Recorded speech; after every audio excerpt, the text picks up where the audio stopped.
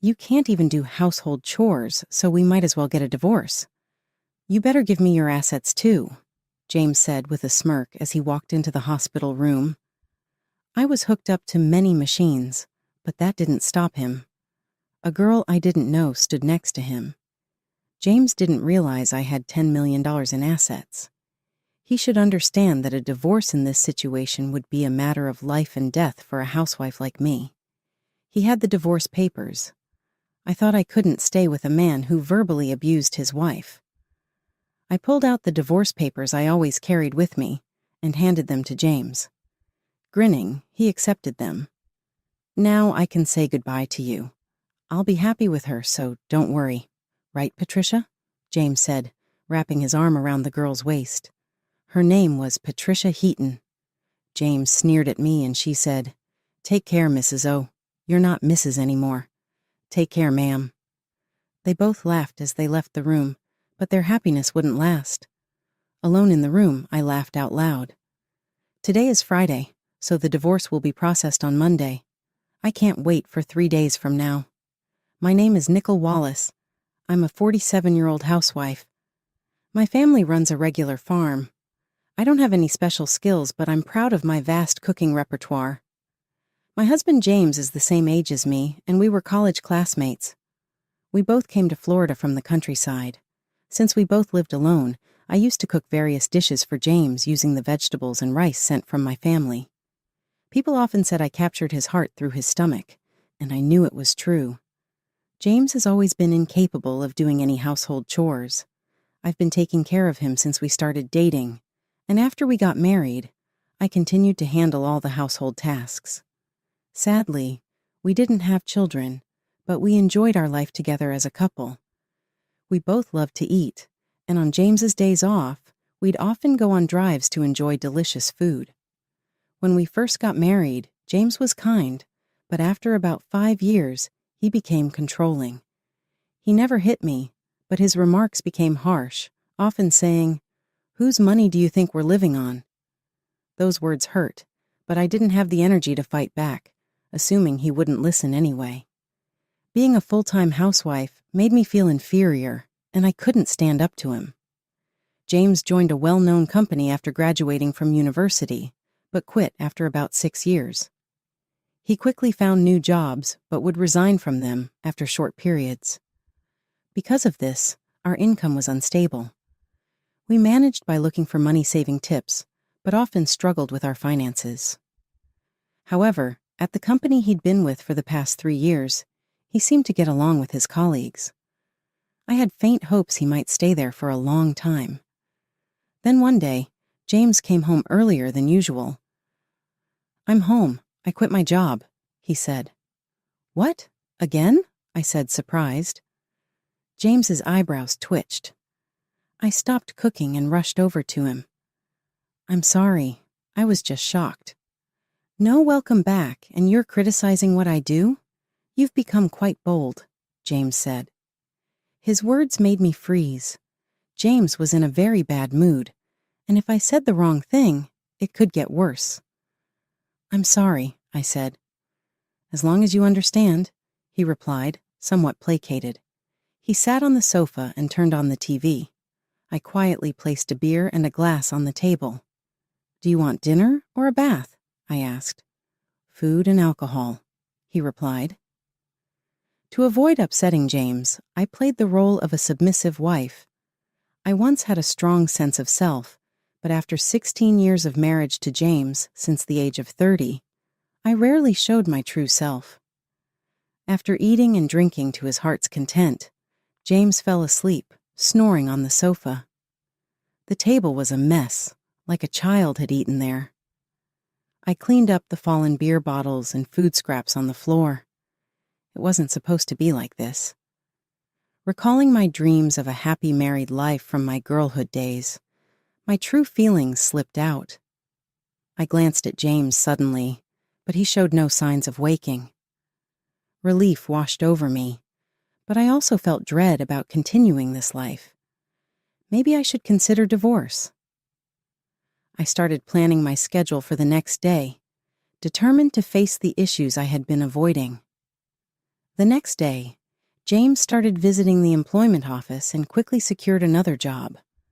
While he was job hunting, I went to the city office and signed divorce papers. I wasn't ready to submit them, but having them felt like a kind of protection. I hid the signed divorce papers at the bottom of my bag. If James found them, who knows what he might say or do. "Hey, where did you go while I was job hunting?" he asked. "I went to the stationery store to buy some resumes." "Look, I thought you might need them," I said, trying to sound normal. James, who got home before I did, initially interrogated me suspiciously but quickly cheered up. I handed him the resumes I had bought earlier. After receiving them, James said he was going out for drinks with a friend and left. James's new job was at a reputable company with a solid salary and better benefits than any job he'd had before. When he got promoted after working there for about 2 years, he celebrated with a drink. I secretly hoped that maybe this time he would work there until retirement. James's department seemed to be in sales, and he started to leave home more frequently for evening events. I enjoyed my brief moments of freedom and gathered energy to greet James with a smile when he returned. One day, I received a call from my mother after a long time. Hearing her excited story took me by surprise. $10 million? I asked, stunned. Yes, 10 million. You know the mountains and lands we owned? We don't need them anymore. We had them appraised, and they are worth 15 million. We only need 3 million to enjoy the rest of our lives, so I think you might want to rethink your life too, she said. My mother was never fond of James. She was worried about me, especially after James became more controlling, preventing me from even visiting my childhood home. I was stunned by the amount she mentioned. Furthermore, I was shocked to learn that when my mother inherited the property from my grandmother, she changed the title to my name, so there were no inheritance taxes. "It's better not to tell James, but the final decision is yours," she said, hanging up the phone.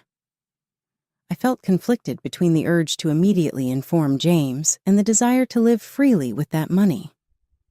About a week later, I was involved in a traffic accident. Thankfully, my life wasn't in danger, but I'd need to stay in the hospital for about a week. After storing my valuables in the hospital room drawer, I immediately contacted James. "I'm sorry, I got injured," I said. "Huh? What about my meals?" James's reaction made me almost laugh, prioritizing his meals over my injury. "I'll need to be hospitalized for a week. I'm really sorry, but could you buy your meals elsewhere until then?" I asked. "Not even preparing meals for your husband? What a lazy wife." "Oh, wait, I'm coming over now," James said, and ended the call abruptly. I was planning to tell him about the inheritance tonight, but now I thought it might be best not to mention it. Looking at all the tubes attached to me, I had a feeling my intuition was right. "You're useless. Can't even do housework. Let's get a divorce, and you better pay me compensation too," James said with a smirk as soon as he entered the room. I was connected to several machines, and a girl I didn't recognize stood beside him. James didn't know that my total assets amounted to $10 million. He should realize that a divorce under these circumstances would be a life and death matter for me, a housewife. "Fine, here's the divorce papers," I said. I couldn't stay with a man who would hurl abuse at his wife in this condition. I handed him the divorce papers I had kept as a sort of charm. James took them with a smug smile on his face. "With this, I can finally say goodbye to you." "I'm going to be happy with her, right, Patricia?" James said, wrapping his arm around the girl's waist. The girl named Patricia leaned against James and scoffed at me. "Take care, madam." "Oh, you're not a madam anymore, so take care, old lady," she said. With those words, they both left the room laughing, but their joy would be short-lived. Left alone in my room, I burst out laughing. Today is Friday, so the divorce papers would only be processed on Monday. I cannot wait for 3 days from now. Just as I had expected, the weekend went by without any contact from James, and it was quite peaceful. I was restless, not used to doing nothing. Since getting married, I was always busy. Every time I got restless, the nurses told me to stay calm. Then, on Monday evening, I received a bunch of calls from James. I ignored them at first, but after 15 minutes of constant ringing, I decided to answer. "Could you not be so persistent?" I said. "Hey, what's the meaning of this?" James shouted as soon as I picked up. I couldn't help but laugh. James seemed infuriated by my laughter and started screaming incoherently. "What are you talking about?" I asked. "Don't play dumb. The divorce papers aren't being accepted, are they?" James was huffing and puffing on the other side of the phone. I continued to chuckle and responded to his complaint. "Oh, I had previously filed a non-acceptance notification. Remember how you used to say let's get divorced every time we had a fight? I thought it wouldn't be good if you filed for divorce on a whim during one of our arguments." "But I don't need that now. Withdraw it immediately," James demanded. "I can't do that until I'm discharged. We need to go through procedures at the municipal office," I said. "Then discharge now," he insisted. "Don't be unreasonable." His selfish demands made me laugh even more. He probably wanted to register his marriage with Patricia, whom he brought on Friday. "By the way, was her name Patricia? She's your mistress, right?" "Hey, that's rude to Patricia. Apologize. She's my new wife." "We are not divorced yet, so she's technically your mistress, isn't she?" I responded calmly. James made a weird groaning sound. I decided to hit him where it hurt the most. "By the way, you'll hear from my lawyer about the division of property." "That's right. Property including this trouble. You better share properly." James misunderstood and suddenly sounded in high spirits. "What are you misunderstanding? You're the one who has to give me the assets," I said, genuinely confused. He likely believed that by not taking care of him while I was hospitalized, I would be at fault. Even in my parents' time, one wouldn't be deemed at fault for such a reason. I bitterly thought this as I listened to his rant. I explained to him patiently, "What fault of mine are you talking about? Just so you know, not being able to do housework because I'm in the hospital doesn't make me at fault. You've abandoned taking care of me. If you were a child, it would be considered neglect, but you're an adult and should be able to take care of yourself. That's why it doesn't make me at fault." "If I say you're at fault, then you're at fault," James insisted. Even a judge would be shocked by his baffling logic. I pictured myself face-palming. Did he really think such childish reasoning would work? "Don't you know what's legally defined as grounds for fault? Being at fault means things like infidelity, like having another woman despite having a wife. That's why Patricia is my new wife and you're no longer of any use to me, so it doesn't apply, right?" "What are you talking about? Since you were dating her behind my back, it's clearly cheating," I said. James still didn't seem to understand. He was set on believing he was right. "Either way, please communicate through a lawyer from now on. Goodbye." "Hey, Nicole," he shouted, but I hung up the phone without listening to his protests. He called multiple times, but when I ignored him, he eventually gave up and went silent. I was relieved, but the next day, another headache-inducing event occurred. Feeling frustrated by the non-stop ringing from 9 in the morning, I pressed the call button. On the other end, James was complaining at me like a machine gun. At first, I wasn't sure what he was saying, but piecing it together, it seemed he was complaining about not being able to withdraw money from a bank account. If it's a joint account, James should be able to withdraw without any issue, but if not?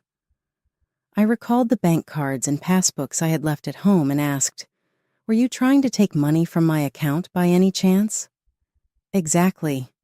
You're still in the hospital, and I was going to take the money into account, but the card won't work." James rumbled on with his unreasonable argument. It seemed he didn't understand what I said yesterday. When I was scheduled to be hospitalized for a week, I had called the bank and requested they prevent withdrawals until I was discharged. I could handle it personally after being discharged. It was to prevent James, who was reckless with money, from depleting my savings while I was in the hospital. My decision was proven right. It's unthinkable to try to withdraw money from the account of an ex-wife you've divorced. However, James didn't see anything wrong with it and asked me to make a withdrawal immediately. "What are you talking about? We are practically strangers now. Why would I do as you say?" I replied.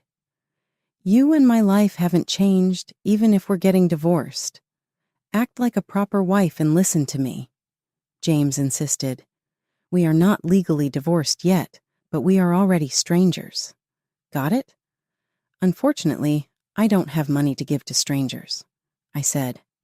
James was shocked since I had never resisted him this much before, but he quickly became assertive again. "Just do as I say. Send the money now. Pay the compensation for not doing housework," he demanded.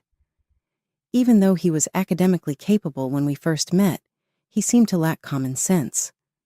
18 years into our marriage, it was clear I had made a poor choice in a partner. James seemed frustrated that I wasn't giving in. He likely had exhausted his cash on hand and probably dipped into the living expenses I had left at home and from our shared account. I spoke to James as if I was talking to a small child. "Listen, I'm no longer your submissive wife. We'll settle the property division through a lawyer later on." "What? You're so insolent. I'm coming over right now. Just wait," James said, hanging up the phone. I didn't mind if he came to the hospital, but I had already asked the nurses' station not to let anyone in except for my parents, so it was unlikely he'd make it to my room. James really did come to the hospital, but as expected, he was stopped at the nurses' station. My phone kept ringing, but after ignoring it for a while, it switched to messages, and my screen was flooded with notifications. I saved all of them as evidence and contacted my lawyer. After a while, it seemed the lawyer had gotten in touch with James as the messages stopped coming in. I thought it was the end, but my hopes were about to be dashed. "There's a visitor named Julia. Would you like to see her?" Julia was a friend who shared my hobbies back when I was single. We became close after she responded to my posts on social media, where I shared my dining experiences. We discovered we lived nearby and often went out to eat together. After getting married, I couldn't dine out as much to save money, but we kept in touch by regularly meeting for tea and chats. "Nicole, are you okay from the injury?" Julia asked as soon as she entered the room. "Yes, I'm feeling much better now. Thank you," I replied. Julia's immediate concern warmed my heart. I realized that since my hospitalization, aside from my parents and the hospital staff, no one had shown concern for me. "Hey, Nicole, things are tough for you right now, aren't they?" Julia asked. "Huh? Why?" I hadn't told anyone about my situation other than my parents. I wondered how Julia knew and asked her in intrigue. Julia then said something shocking. "You know Patricia, the young girl, right? She's having an affair with your husband, isn't she?" "What? How do you know about that? Wait, you know her?" "Actually, she's my niece," Julia replied hesitantly. I was so surprised that I couldn't close my mouth. Who would have thought that Julia was Patricia's aunt? The room went silent. It was the first time there was silence when Julia was around, and it made me feel uneasy. Patricia suddenly told her mother, my sister, that she's getting married. What's more shocking is that her partner is 47 years old. When I saw the photo, it was your husband. I was so surprised. I've already told my sister. I'm so sorry for all the trouble my niece has caused you, Nicole. "Don't apologize, Julia. It's not your fault," I said. Julia looked like she was about to cry. "I'm thinking of demanding compensation from Patricia. I can't compromise on that, but if I do, does this mean our relationship will end?" "Of course not. I want to continue being friends with you, Nicole. I'll make sure Patricia pays compensation. Neither my sister nor I can forgive what she's done. We'll keep a close eye on her." I was very grateful for Julia's words. We've been friends for over 22 years. I didn't want to lose a precious friend because of my terrible husband and his mistress. I scheduled a meeting with them tomorrow, and I'd like you to come with me, Julia said. Of course, I'll be there. I can also provide photos as evidence of their affair. The next day, fresh from being discharged from the hospital, I prepared for the meeting. I went to a private restaurant room with my lawyer. James and Patricia had already arrived and were indulging in an expensive traditional meal. I was speechless at their audacity. You finally made it. Did you bring the money? Remember, you were paying for this meal, James said without even stopping his meal.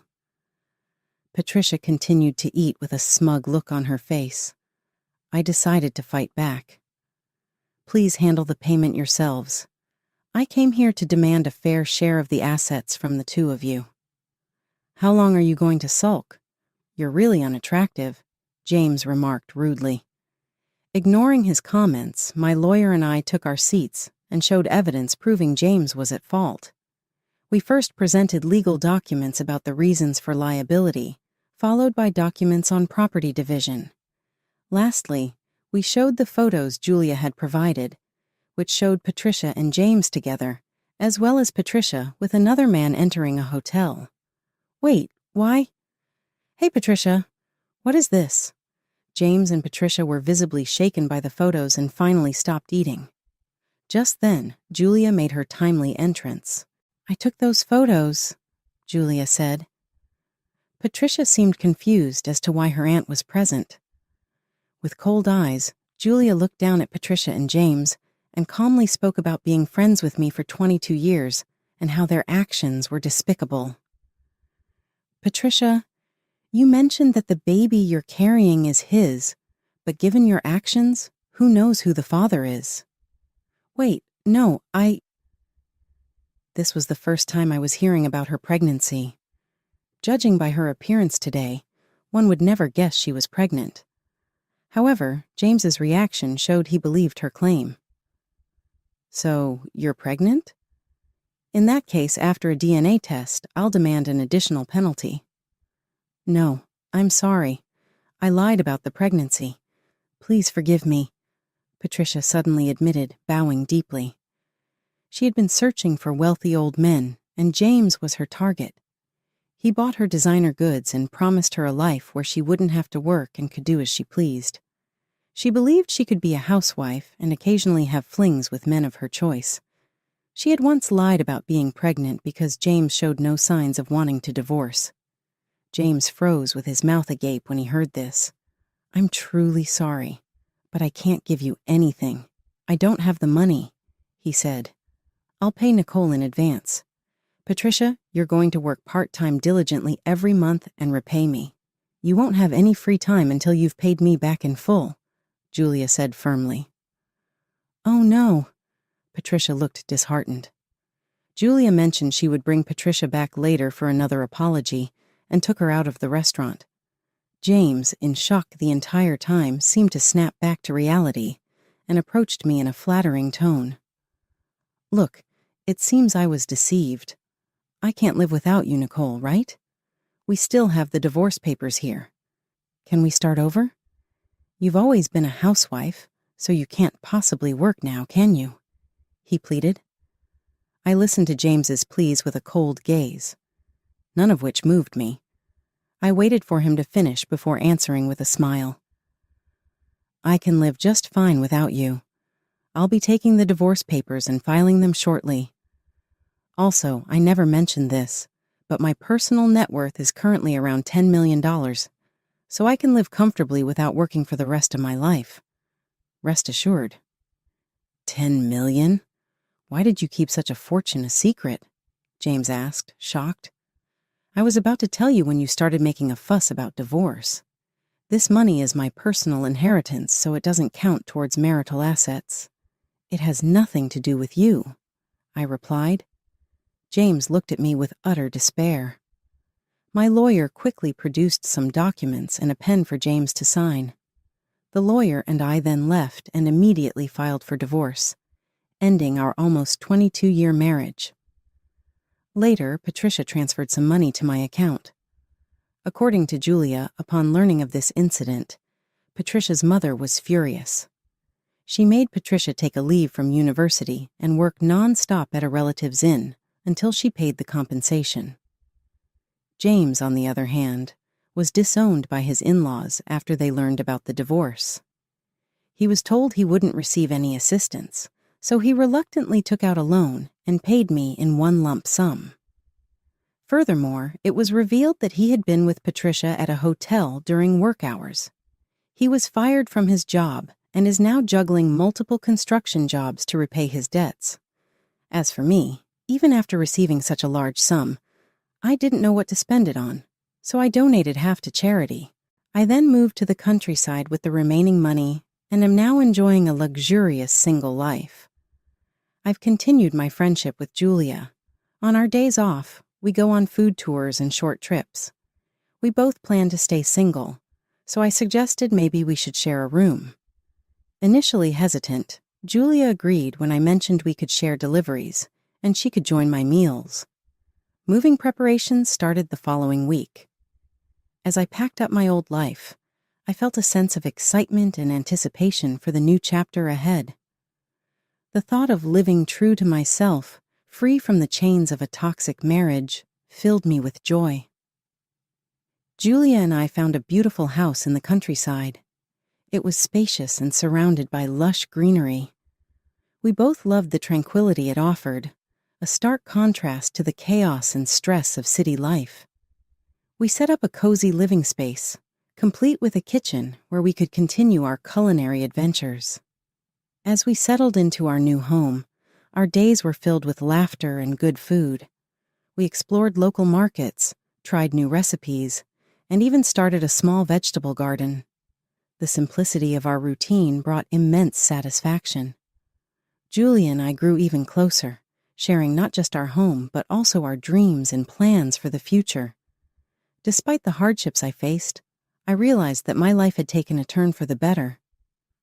The toxic relationship with James was a thing of the past, and I had found a true friend in Julia. Together, we built a life filled with love, respect, and mutual support. One sunny afternoon, as Julia and I enjoyed a picnic in our garden, I reflected on my journey. I had gone from feeling trapped and undervalued to experiencing freedom and contentment. I had discovered strength I didn't know I possessed and learned the importance of standing up for myself. The lessons I learned during my marriage and the subsequent divorce were invaluable. They taught me resilience and the importance of self-worth. I realized that happiness comes from within, and that surrounding yourself with supportive people makes all the difference. Julia and I often talked about our future plans. We dreamed of traveling, exploring new cuisines, and perhaps starting a small business together. The possibilities seemed endless, and for the first time in a long while, I felt truly optimistic about the future. Life in the countryside was peaceful and fulfilling. The fresh air, the sound of birds, and the beauty of nature provided a perfect backdrop for our new beginning.